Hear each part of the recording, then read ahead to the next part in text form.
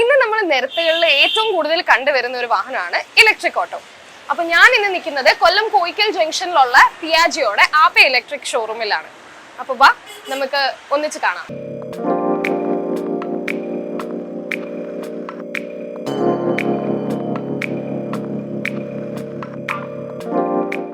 നമ്മുടെ കൂടെ ഇന്ന് ഇവിടെ ഉള്ളത് പോപ്പുലർ ഗ്രൂപ്പിന്റെ കൂട്ടുകാരൻ ഗ്രീൻ പ്രൈവറ്റ് ലിമിറ്റഡിന്റെ ആപ്പെ ഇലക്ട്രിക്കിന്റെ ബ്രാഞ്ച് മാനേജർ, കൊല്ലം ബ്രാഞ്ച് മാനേജറായ മിസ്റ്റർ ആഷിഖ് ഷാജഹാൻ സാറാണ്. നമസ്കാരം. അപ്പം നമുക്ക് ഇവിടെ ഒരു ഇലക്ട്രിക് വണ്ടിയുടെ മോഡൽ കാണാം. ഇത് ഏത് മോഡലാണ്? നമുക്ക് ഇത് ഏറ്റവും ലേറ്റസ്റ്റ് നമ്മുടെ ആപ്പെ City FX Max ഏറ്റവും ലേറ്റസ്റ്റ് മോഡലാണ്. നമ്മൾ ഏകദേശം നോക്കുകയാണെങ്കിൽ ഒരു തേർഡ് ജനറേഷൻ നമ്മളുടെ സെഗ്മെൻറ്റിൽ ഒരു ആപ്പെ Cityയുടെ തേർഡ് ജനറേഷൻ എന്ന് പറയും. നമുക്ക് ഫസ്റ്റ് വന്നത് 120 കിലോമീറ്ററിൻ്റെ ആപ്പെ City FX ആയിരുന്നു. ദെൻ അതിനുശേഷം നമ്മൾ 150 കിലോമീറ്ററിൻ്റെ ആപ്പെ City FX Max വന്നു. അത് 1 ഇയർ ചാർജ് വാറണ്ടി. ഈ രണ്ട് വെഹിക്കിളും 1 ഇയർ ചാർജ് വാറണ്ടി ആയിരുന്നു ഉണ്ടായിരുന്നത്. നമുക്കിത് തേർഡ് ജനറേഷനിലേക്ക് വന്നപ്പോൾ AAS 156ലേക്ക് നമ്മുടെ സേഫ്റ്റി ഫീച്ചേഴ്സിലേക്ക് നമ്മൾ വണ്ടി മാറുകയും ദെൻ 3 വർഷം ചാർജർ വാറണ്ടി, 1.25 ലക്ഷം കിലോമീറ്റർ ഇപ്പോൾ ലേറ്റസ്റ്റ്. നൈസ്. അപ്പോൾ ഈ വണ്ടി മൈലേജ് ഏകദേശം 150 കിലോമീറ്റേഴ്സ് ആണ് നൽകുന്നത്. ആപ്പെ ഇലക്ട്രിക്കിന്റെ വണ്ടികൾ ഇറങ്ങിയത് എപ്പോഴാണ്? നമുക്ക് 2019 കേരളത്തിൽ ഈ വണ്ടി ലോഞ്ച് ചെയ്തത്. 2019 മുതലാണ് നമ്മളുടെ വണ്ടി. പിന്നെ ദെൻ കോവിഡ് ആയിരുന്നു. കോവിഡിൻ്റെ കുറച്ച് ബുദ്ധിമുട്ടുകൾ കാരണം കുറച്ച് ലോഞ്ചിങ്ങും കാര്യങ്ങളൊക്കെ കുറച്ച് പെൻഡിങ് ആയി. പിന്നെ അതിന് ശേഷം കോവിഡ് മാറി ലോക്ക്ഡൗൺ ഒക്കെ കഴിഞ്ഞതിന് ശേഷം നമ്മളുടെ വണ്ടി നിരത്തുകളിൽ വന്നു തുടങ്ങി. അതാണ് നമുക്ക് കുറച്ച് ടൈം ലോഞ്ച് ചെയ്തതിന് ശേഷം കുറച്ച് ടൈം നിരത്തുകളിൽ വണ്ടി വരാൻ താമസം എടുത്തത് കോവിഡ് മറ്റു അനുബന്ധ ബുദ്ധിമുട്ടുകളുള്ളതുകൊണ്ടാണ്. അപ്പോൾ നമുക്ക് ഇപ്പോൾ റോഡിൽ വേറെയും ഇലക്ട്രിക് വാഹനങ്ങൾ കാണാമല്ലോ. അപ്പം മേജർ ആയിട്ടുള്ള ഒരു ഡിഫറൻസ് എന്താണ് മറ്റ് ഇലക്ട്രിക് വണ്ടികളും നമ്മുടെ ആപ്പെ ഇലക്ട്രിക് വണ്ടിയുമായിട്ട്? നമുക്ക് ആപ്പെ ഇലക്ട്രിക്കിനെ സംബന്ധിച്ചിടത്തോളം നമുക്കൊരു ഫസ്റ്റ് മേജറായിട്ടുള്ള ഡിഫറൻസ് ആപ്പെ എന്നുള്ള ബ്രാൻഡാണ്. നമ്മളെ സംബന്ധിച്ചിടത്തോളം ആദ്യത്തെ 3 വീലർ കൺസെപ്റ്റ് തന്നെ ആപ്പയാണ്. പിയാജിയോ, ഇന്ത്യയിലെ ആദ്യത്തെ 3 വീലർ പിയാജിയോ ആണ്. നമുക്ക് ഏറ്റവും പ്രധാനപ്പെട്ട ഡിഫറൻസ് എന്ന് പറഞ്ഞാൽ നമ്മുടെ ബോഡിയാണ്. നമ്മുടെ മെറ്റൽ സ്ട്രോങ് ബോഡിയാണ്. അപ്പം നമുക്ക് നിരത്തുകളിൽ നമ്മളുടെ കൂടെ ഉള്ള സെഗ്മെൻറ്റ് ഇലക്ട്രിക് ഓട്ടോകൾ, പേര് ഞാൻ പറയുന്നില്ല, ഫൈബർ ബോഡിയുള്ള ഇലക്ട്രിക് ഓട്ടോകളാണ് കൂടുതലും നിരത്തുകൾ നമ്മൾ കോമ്പറ്റീറ്റർ ആയിട്ടുള്ളത്. നമ്മളുടെ ഏറ്റവും ഇമ്പോർട്ടൻറ്റ് ഫാക്ടർ എന്ന് പറഞ്ഞാൽ നമ്മുടെ ബോഡിയാണ്. ഇലക്ട്രിക് ഓട്ടോയുടെ ഒരു മെയിൻ കോമ്പണൻറ്റ് ബാറ്ററി ആണല്ലോ. അപ്പം ഇതിനകത്ത് ഏത് ബാറ്ററിയാണ് യൂസ് ചെയ്യുന്നത്? നമുക്ക് 8 കിലോവാട്ടിൻ്റെ ലിഥിയം അയൺ ബാറ്ററിയാണ് നമുക്ക് ഇതിനകത്ത് യൂസ് ചെയ്യുന്നത്. ഇൻബിൽട്ട് ബാറ്ററിയാണ് നമ്മളുടെ. നമുക്ക് ഒറ്റ ചാർജിൽ നമുക്ക് 150 കിലോമീറ്റർ റേഞ്ച് കിട്ടുന്ന രീതിയിലുള്ള ലിഥിയം അയൺ ബാറ്ററിയാണ് നമുക്കിനകത്ത് വരുന്നത്. നമുക്ക് റിമൂവബിൾ ആണോ? അല്ലല്ല, നമ്മൾ ഇൻബിൽട്ട് ബാറ്ററിയാണ്. നമുക്ക് ഇവിടെ കൊല്ലത്ത് സ്വാപ്പബിൾ ബാറ്ററി നമ്മൾ അവതരിപ്പിച്ചിട്ടില്ല. ചാർജിങ് സ്റ്റേഷൻ അവൈലബിലിറ്റി നോക്കണം സ്വാപ്പബിളിന്. പിന്നെ ദെൻ അതിൻ്റെ സർവീസ്, അതിൻ്റെ ടീമും ഒക്കെ ആവേണ്ടതുണ്ട്. നമുക്കിവിടെ നിലവിൽ ഇൻബിൽട്ട് ബാറ്ററിയാണ് സെയിൽസും സർവീസും ഉള്ളത്. അപ്പോൾ നമ്മുടെ ഈ വണ്ടിയുടെ പവറും ടോർക്കും ഒക്കെ എങ്ങനെയാണ്? നമുക്ക് പവർ വരുന്നത് നമുക്ക് 5.44 കിലോവാട്ടാണ് അറ്റ് 3500 RPM. പിന്നെ അതുപോലെ തന്നെ ടോർക്ക് വരുന്നത് 29 Nm ടോർക്കാണ് നമുക്ക് ഈ വണ്ടിയുടെ വരുന്നത്. അപ്പം മറ്റ് വണ്ടികളിലൊക്കെ നമ്മൾ സാധാരണ കാണുന്ന കൺട്രോൾസ് എല്ലാം ലെഫ്റ്റ് സൈഡിലായിരിക്കും, പക്ഷേ ഇതിനകത്ത് നമ്മളെല്ലാം റൈറ്റ് സൈഡിലാണ് കാണുന്നത്. അപ്പം സാർ ഒന്ന് എക്സ്പ്ലെയിൻ ചെയ്ത് തരാമോ? യെസ്, നമുക്ക് അങ്ങനൊരു വ്യത്യാസമുണ്ട് ആപ്പെ ഇലക്ട്രിക്കിനെ സംബന്ധിച്ചിടത്തോളം. നമുക്ക് ഇതിൻ്റെ കൺട്രോൾസ് യൂണിറ്റ് കാര്യങ്ങളൊക്കെ നമുക്ക് റൈറ്റ് സൈഡിലാണ് വരുന്നത്. ഇതിൻ്റെ ഒരു പ്രവർത്തന രീതി എന്ന് പറഞ്ഞാൽ നമുക്കിപ്പം വേറെ ഒന്നുമില്ല. നമുക്ക് താക്കോൽ ഓൺ ചെയ്താൽ നമ്മളുടെ വണ്ടി ഓണായി. ഇതാണ് നമ്മുടെ ഒരു വണ്ടിയുടെ പ്രത്യേകിച്ച് ഇനി വേറെ സ്വിച്ചോ കാര്യങ്ങളോ ഒന്നും സ്റ്റാർട്ടറോ ഒന്നുമില്ല. താക്കോൽ ഓൺ ചെയ്താൽ വണ്ടി ഓണായി. നമുക്ക് 3 മോഡുകളാണ് നമുക്ക് വണ്ടിയിലുള്ളത്. ഇതെല്ലാം പിന്നെ നമുക്ക് ഗിയർ ഷിഫ്റ്റിംഗ് മോഡാണ്. Forward, boost, then reverse. ഈ 3 മോഡുകളാണ് നമ്മളുടെ വണ്ടിയിൽ ഉള്ളത്. നമുക്ക് വണ്ടി ഹാൻഡ് ബ്രേക്ക് റിമൂവ് ചെയ്ത് കഴിഞ്ഞ് ഫോർവേഡ് ഇട്ട് കഴിഞ്ഞാൽ ആക്സിലേറ്റർ കൊടുത്താൽ വണ്ടി മൂവ് ആവും. ഓക്കെ, അത് നമുക്ക് വണ്ടി നോർമൽ റോഡുകളിൽ നമുക്ക് ഈ ഫോർവേഡിലിട്ട് യൂസ് ചെയ്യാൻ പറ്റും. പിന്നെ അഥവാ അത് കുത്തനെയുള്ള കയറ്റങ്ങളൊക്കെ വരുമ്പോൾ നമ്മൾ ബൂസ്റ്റ് മോഡിലേക്ക് ചേഞ്ച് ചെയ്തിട്ട് നമുക്ക് ആക്സിലേറ്റർ കൊടുത്താൽ നമുക്ക് വണ്ടി ബൂസ്റ്റ് മോഡ് യൂസ് ചെയ്യാൻ പറ്റും. നമുക്ക് ഇതിനകത്തുള്ളൊരു പ്രത്യേകത എന്ന് പറഞ്ഞാൽ നമുക്ക് ഓട്ടത്തിൽ തന്നെ ഫോർവേഡും ബൂസ്റ്റും എന്ത് ചെയ്യാൻ പറ്റുന്നുണ്ട്, നമുക്ക് യൂസ് ചെയ്യാൻ പറ്റുന്നുണ്ട്. ആക്സിലേറ്റർ കുറയ്ക്കുകയോ അല്ലെന്നുണ്ടെങ്കിൽ വണ്ടി നിർത്തുകയോ അങ്ങനത്തെ കാര്യങ്ങളൊന്നുമില്ല. ഏതാണോ റണ്ണിങ് കണ്ടീഷൻ ആ കണ്ടീഷനിൽ തന്നെ നമുക്ക് ഫോർവേഡും ബൂസ്റ്റും നമുക്ക് ചേഞ്ച് ചെയ്യാൻ പറ്റും. പിന്നെ റിവേഴ്സ് മാത്രം നമ്മൾ വണ്ടി നിർത്തി ന്യൂട്രൽ ഇട്ടതിന് ശേഷം റിവേഴ്സിലേക്ക് പോവാം. ഇതാണ് നമ്മളുടെ ഒരു പിന്നെ മോഡ് ഓഫ് ആക്ഷൻസ് നമ്മുടെ വണ്ടിയുടെ. പിന്നെ പ്രധാനമായിട്ടും നമുക്ക് വണ്ടിയിലുള്ളതെന്ന് പറഞ്ഞാൽ നമ്മളുടെ ഡിസ്പ്ലേ ആണ്. അതായത് നമ്മളുടെ ഈ ഡിസ്പ്ലേക്കകത്ത് നമ്മളുടെ ഈ വണ്ടിയുടെ ഫുൾ കൺട്രോൾ നമുക്ക് കിട്ടും. അതായത് നമുക്കിപ്പോൾ പറഞ്ഞ പോലെ തന്നെ ഫോർവേഡും ബൂസ്റ്റും ഒക്കെ ഇടുമ്പോൾ തന്നെ നമുക്ക് ഡിസ്പ്ലേയിൽ അറിയാൻ പറ്റും. ഉദാഹരണത്തിന് നമ്മുടെ വണ്ടി ഓൺ ആകുമ്പോൾ നമ്മളുടെ ഈ കീയുടെ ഈ സിഗ്നൽ കത്തും. അപ്പോൾ അതിൻ്റെ അർത്ഥം നമ്മുടെ വണ്ടി ഓൺ ആണ്, ഡിസ്പ്ലേ ഓൺ ആയിരിക്കും. എന്തെങ്കിലും കംപ്ലയിൻസോ അതുപോലെ തന്നെ എന്തെങ്കിലും വാർണിങ്സോ ഉണ്ടെങ്കിൽ നമുക്ക് ഈ എംബ്ലം കത്തിക്കൊണ്ട് നമുക്കിവിടെ ഒരു കോഡ് കാണിക്കും. നമുക്ക് ഈ കോഡ് കാണിക്കുമ്പോൾ നമുക്ക് എന്ത് ചെയ്യാം, ആ കോഡ് നമുക്ക് പറഞ്ഞു തന്നാൽ കൃത്യമായിട്ട് എന്താണോ കംപ്ലയിൻസ് എന്ന് നമുക്ക് മനസ്സിലാക്കി അത് ക്ലിയർ ചെയ്യാനുള്ള കാര്യം നോക്കാം. നമുക്ക് ഏറ്റവും ഇമ്പോർട്ടൻ്റ് ആയിട്ടെന്ന് പറഞ്ഞാൽ നമുക്കിതിനകത്ത് ഈ ബാറ്ററിയുടെ എത്ര ശതമാനം ഉണ്ടെന്ന് നമുക്കറിയാം. നമുക്ക് 5 കട്ടയാണ് നമുക്കുള്ളത്. നമുക്ക് ബാറ്ററിയിൽ ചാർജ് കുറയുന്നതനുസരിച്ച് നമ്മൾ ഈ കട്ടകൾ കുറഞ്ഞു വരും. നമുക്ക് അപ്പോൾ ഇതനുസരിച്ച് നോക്കി നമുക്കൊരു ലാസ്റ്റ് കട്ടക്ക് എത്തുമ്പോഴത്തേക്ക് നമുക്ക് എന്ത് ചെയ്യാം, വണ്ടി ചാർജ് ചെയ്യാനായിട്ട് വണ്ടി ചാർജ് ചെയ്യാൻ കയറ്റാന്നുള്ളൊരു നമുക്ക് വാർണിംഗ് തരും. അപ്പോൾ ആ വാർണിംഗ് അനുസരിച്ച് നമുക്ക് വണ്ടി ചാർജ് ചെയ്യാം. നമുക്ക് പിന്നെ എത്ര കിലോമീറ്റർ ഓടുന്നു, എത്ര സ്പീഡ്, കാര്യങ്ങൾ എല്ലാം നമുക്ക് എന്ത് ചെയ്യാം, നമ്മുടെ ഡിസ്പ്ലേയിൽ അറിയാൻ പറ്റും. നമുക്ക് ഈ ലെഫ്റ്റ് സൈഡിലായിട്ട് നമ്മുടെ വണ്ടിയുടെ ഒരു 4 ഇൻഡിക്കേറ്ററിൻ്റെ സ്വിച്ച് വരുന്നുണ്ട്. പിന്നെ അതുപോലെ തന്നെ നമ്മുടെ വൈപ്പർ മോട്ടറിൻ്റെ ലെഫ്റ്റ് സൈഡാണ്. പിന്നെ അതുപോലെ നമ്മുടെ ലൈറ്റ്. ഇത്തരം സ്വിച്ചുകൾ ലെഫ്റ്റ് സൈഡിൽ നമുക്ക് വരുന്നുണ്ട്. പിന്നെ നമുക്ക് ഏറ്റവും ലേറ്റസ്റ്റ് മോഡലിൻ്റെ നമ്മുടെ വണ്ടിയുടെ ഏറ്റവും ലേറ്റസ്റ്റ് മോഡലിൻ്റെ നമുക്ക് 2 USB കണക്റ്റ് വരുന്നുണ്ട്. നമ്മൾ ആദ്യത്തെ മോഡലിൽ ഒരു USB കണക്റ്റേ ഉള്ളായിരുന്നു. നമുക്ക് ഈ ഏറ്റവും ലേറ്റസ്റ്റ് മോഡലിൽ നമുക്ക് 2 USB കണക്റ്റ് നമ്മുടെ വണ്ടിയിൽ അഡീഷണലായിട്ട് വരുന്നുണ്ട്. നമ്മുടെ പിയാജിയോടെ ഐ കണക്റ്റ് അത് നമ്മളുടെ ഈ ലെഫ്റ്റ് സൈഡിൽ ഈ താഴെ ഭാഗമായിട്ട് വരും. പിന്നെ ഇവിടെ GPS പോലെ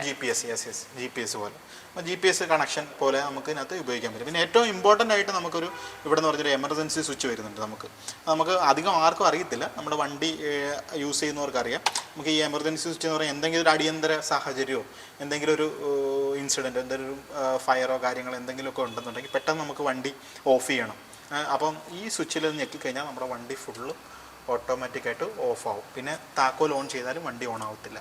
പിന്നെ ഇത് ഒരു ജസ്റ്റ് അകത്തോട്ട് പ്രസ് ചെയ്ത് ഈ ആരോ മാർക്ക് കാണിക്കുന്നത് പോലെ റൈറ്റിലേക്ക് ചെറുതായിട്ടൊന്ന് തിരിച്ചെങ്കിൽ മാത്രമേ നമ്മുടെ വണ്ടി തിരിച്ച് വീണ്ടും ഓൺ ആവത്തുള്ളൂ. അതൊരു നമ്മളുടെ ഒരു ഫീച്ചേഴ്സിനകത്തുള്ളതാണ്. അടിയന്തരമായിട്ട് എന്തെങ്കിലും ഒരു സാഹചര്യത്തിൽ വണ്ടി ഒന്ന് മൊത്തത്തിൽ ഓഫ് ചെയ്യണമെന്നുണ്ടെങ്കിൽ ഇപ്പോൾ ബാറ്ററിയോ മറ്റൊന്ന് റിമൂവ് ചെയ്യാതെ തന്നെ എമർജൻസി സ്വിച്ചിൽ തന്നെ ഞെക്കിയിട്ട് വണ്ടി ഓഫ് ചെയ്യാം. വേറെ ഒരു കാര്യം എനിക്ക് ഈ വണ്ടീനെ പറ്റി ഇഷ്ടപ്പെട്ടതെന്ന് പറഞ്ഞാൽ 2 സൈഡിൽ നിന്നും ഈ തുറക്കാൻ പറ്റും. സാധാരണ ഇലക്ട്രിക് ഓട്ടോ ഇല്ലെങ്കിൽ മറ്റേത് ഓട്ടോ ആയാലും അതിനകത്ത് ഒരു സൈഡ് മാത്രമേ ഓപ്പൺ ഉണ്ടാവുള്ളൂ, അടുത്ത സൈഡ് ക്ലോസ്ഡ് ആയിരിക്കും. പക്ഷേ ഇത് 2 സൈഡും ഓപ്പൺ ആണ്. പിന്നെ അതേപോലെ തന്നെ ഇതിൻ്റെ സീറ്റ് നല്ല വൈഡാണ്.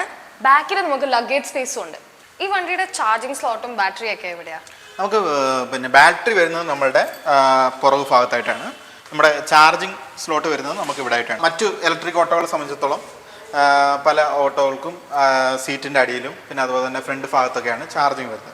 നമ്മളെ സംബന്ധിച്ചിടത്തോളം നമ്മുടെ പെട്രോൾ അടിക്കുന്ന ആ ഭാഗത്ത് തന്നെയാണ് ചാർജിങ് സ്ലോട്ട് വെച്ചിരിക്കുന്നത്. അപ്പോൾ നമുക്ക് ഇത് ഓപ്പൺ ചെയ്തിട്ട് നമ്മുടെ ചാർജറിലേക്ക് കണക്ട് ചെയ്ത് നമുക്കൊരു 16 ആംപിയറിൻ്റെ പവർ പ്ലഗിൽ നമ്മളുടെ ചാർജർ കണക്ട് ചെയ്തിട്ട് നമുക്ക് ചാർജ് ചെയ്യാം. നമുക്കിത് നമ്മളുടെ ലഗേജ് സ്പേസ് ആണ്. പിന്നെ അതുപോലെ തന്നെ ഇവിടെ നമുക്ക് ചാർജർ വെക്കാനുള്ള ഒരു ഫീച്ചറും കൂടെ ഉണ്ട്, ഒരു കമ്പി നമുക്കുണ്ട്. അപ്പോൾ ഇതിനകത്ത് നമുക്ക് ചാർജർ ബാഗിനകത്ത് നമുക്ക് ചാർജർ ഇവിടെ ലോങ് ട്രിപ്പിനൊക്കെ പോകുമ്പോൾ ചാർജർ ഇവിടെ ക്ലിപ്പ് ചെയ്ത് സൂക്ഷിക്കാം. നമുക്ക് ഈ ഭാഗത്തേക്ക് വരുമ്പോൾ ബാക്കിൽ നമ്മുടെ ബാറ്ററി സ്പേസ് ആയിട്ട് വരും. നമുക്കിതാണ് നമ്മളുടെ 8 കിലോ വാട്ടിൻ്റെ ലിഥിയം അയൺ ബാറ്ററി. നമുക്ക് ഈ ബാറ്ററിയിൽ ചാർജിങ് ടൈം എന്ന് പറഞ്ഞാൽ നമുക്കൊരു 3.5-4 മണിക്കൂറാണ് ചാർജിങ് ടൈം. നമുക്ക് പുതിയ മോഡലിൽ, നമുക്ക് പഴയ മോഡലിൽ 3.5 മണിക്കൂറായിരുന്നു. ഇപ്പോൾ കുറച്ചുകൂടെ ലേറ്റസ്റ്റ് മോഡലിൽ 3.5-4 മണിക്കൂറാണ് ചാർജിങ് ടൈം വരുന്നത്. പിന്നെ അതുപോലെ തന്നെ നമുക്ക് 7 യൂണിറ്റ് കറണ്ടാണ് നമുക്ക് ഈ ഒരു ബാറ്ററിയിൽ ഫുള്ളാവാനായിട്ട് എടുക്കുന്ന യൂണിറ്റ് ഓഫ് കറണ്ട്. 7 യൂണിറ്റ്. നമുക്കൊരു മാക്സിമം ഒരു 40 രൂപ ഒരു വീട്ടിലെ കറണ്ട് താരിഫ് അനുസരിച്ച് ഒരു 40 രൂപ 42 രൂപ ചിലവിൽ നമുക്ക് എന്ത് ചെയ്യാം, ഇതൊരു ഫുൾ ചാർജിൽ നമുക്ക് ചെയ്യാം.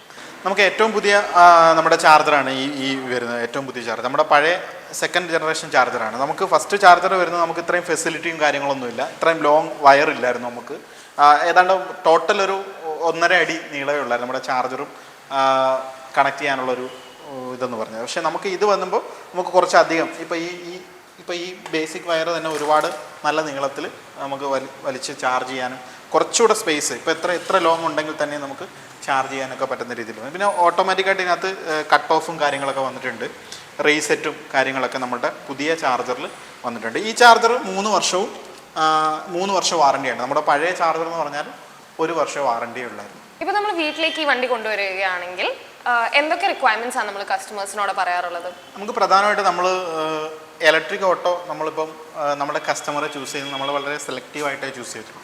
നമുക്ക് എല്ലാവർക്കും നമ്മൾ എന്ത് ചെയ്യുന്നില്ല, ആവശ്യക്കാർക്കെല്ലാം നമ്മൾ ഇലക്ട്രിക് ഓട്ടോ കൊടുക്കുന്നില്ല.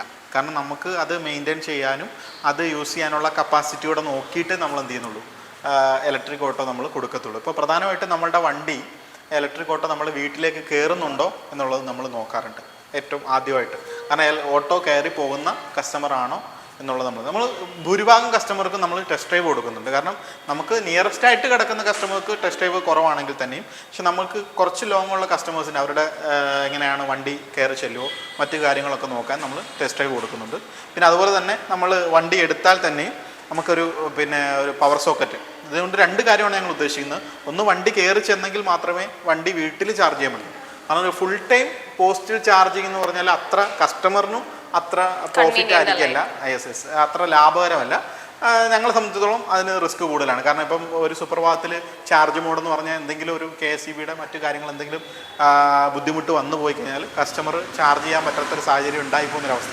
അങ്ങനെ വരില്ല, പക്ഷേ ഇൻ കേസ് വന്നാലും നമ്മൾ അതിനുള്ള ഒരു മുൻകരുതൽ എടുക്കണം. അപ്പോൾ നമ്മൾ വീട്ടിൽ ഒരു പ്ലഗ് പോയിന്റ് എന്തായാലും പണിഞ്ഞിരിക്കണം. നമ്മളുടെ വണ്ടി എടുക്കുന്ന എല്ലാ കസ്റ്റമറും അവരവരുടെ വീട്ടിൽ നമുക്ക് ചാർജ് ചെയ്യാൻ തക്ക രീതിയിൽ കാർ പോർച്ചിലോ അല്ലെങ്കിൽ വണ്ടി ഇടുന്ന സ്ഥലത്തോ നമ്മളൊരു 16 ആംപിയറിൻ്റെ ഒരു സോക്കറ്റും ELCB വെച്ചിട്ട് നമ്മളത് ചാർജ് പവർ സോക്കറ്റ് പണിഞ്ഞ് അതിൻ്റെ കൃത്യമായിട്ട് അത് ചെയ്തു അതിൻ്റെ ഫോട്ടോ കിട്ടിയിട്ട് മാത്രമേ നമ്മൾ എന്ത് ചെയ്യുന്നുള്ളൂ, വണ്ടി കസ്റ്റമർക്ക് ഡെലിവറി ചെയ്യത്തുള്ളൂ.